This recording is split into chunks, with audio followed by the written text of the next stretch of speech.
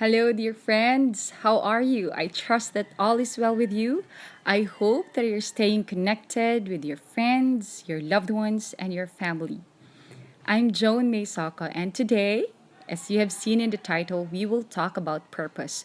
What really is purpose? What is my purpose? Am I supposed to ask that question? Of course. So then let's talk about it. Everybody, or almost everybody, have been asking that question, especially this time. But before we start, if you haven't subscribed to this channel yet, please subscribe. Click the subscribe button below.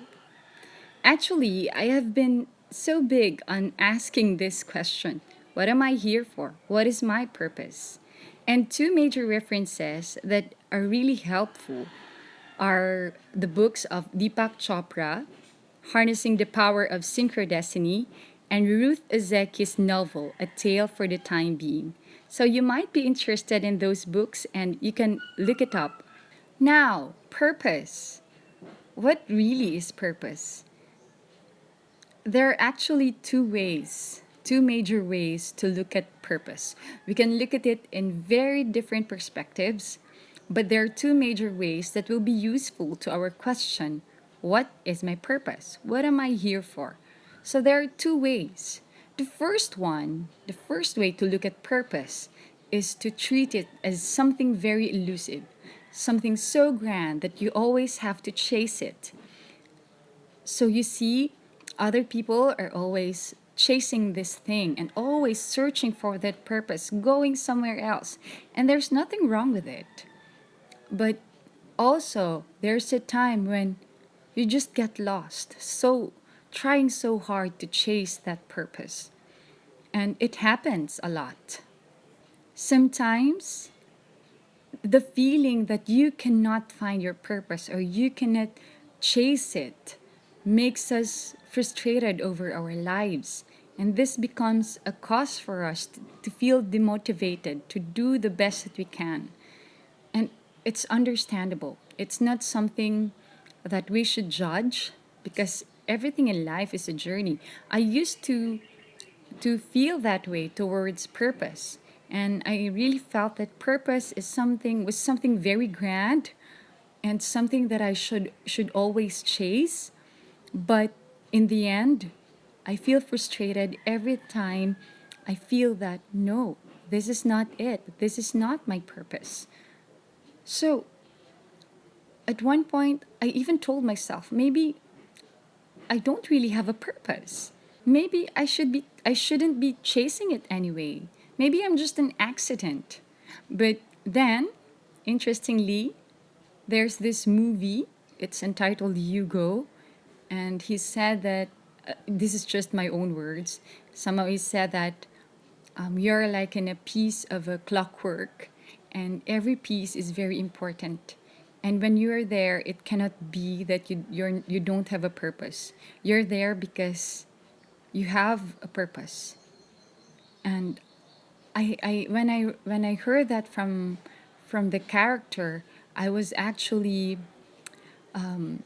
awakened, and I felt that yeah, because I'm here, it's impossible that there's no reason for me to be here. There must be. And so I found another way to look at purpose. And this is the second way to look at purpose. We can look at purpose as something that is here and now, something that we no longer have to chase, something that is just waiting for our action. And it's here, it's deep inside us, it's in our day to day activities. We can always find that purpose. So, in the tale for the time being, it's so beautiful because if you have read about this, the Buddhist monks always pray when they do everything, as in literally everything, when they do things. So when they sweep the ground, they pray. When they eat, they pray. When they sleep, they pray.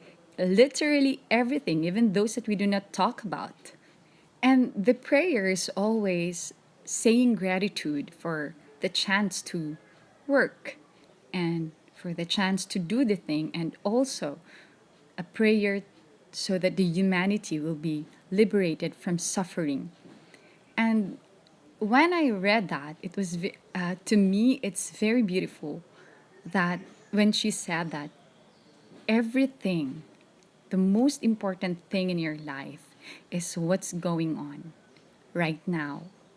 The most important person in your life is the person you're talking to now. The most important work you can do in your life is the work that you're doing now. Are you cooking? That's the most important thing to do. Are you talking to a loved one, to a daughter? That's the most important person to talk with. Are you doing the laundry? That's your purpose for this time. So, what does it mean? It means that everything that is done with our purpose in mind becomes transformed. It becomes more meaningful. The work that we do and even the results that we get. And our purpose then becomes just with us. It's in everything that we do. If you're here, if you're somewhere right now at this time with this person, that is your purpose. What do you have to learn from that experience, from this experience? If you're alone, what do you have to learn from this experience? And what is the purpose of this? What is your purpose of being in that space? So, always that. Using that lens in viewing our purpose, we do not have to chase it anymore. It doesn't have to be elusive. And every day that we do this prepares us for the purpose that we are actually thinking for ourselves, for the purpose that we believe that we have to chase. And maybe when it comes, because we are so ready to have it, then we know how to respond to it. Because, of course, we've been preparing every day, every moment of our lives for this purpose.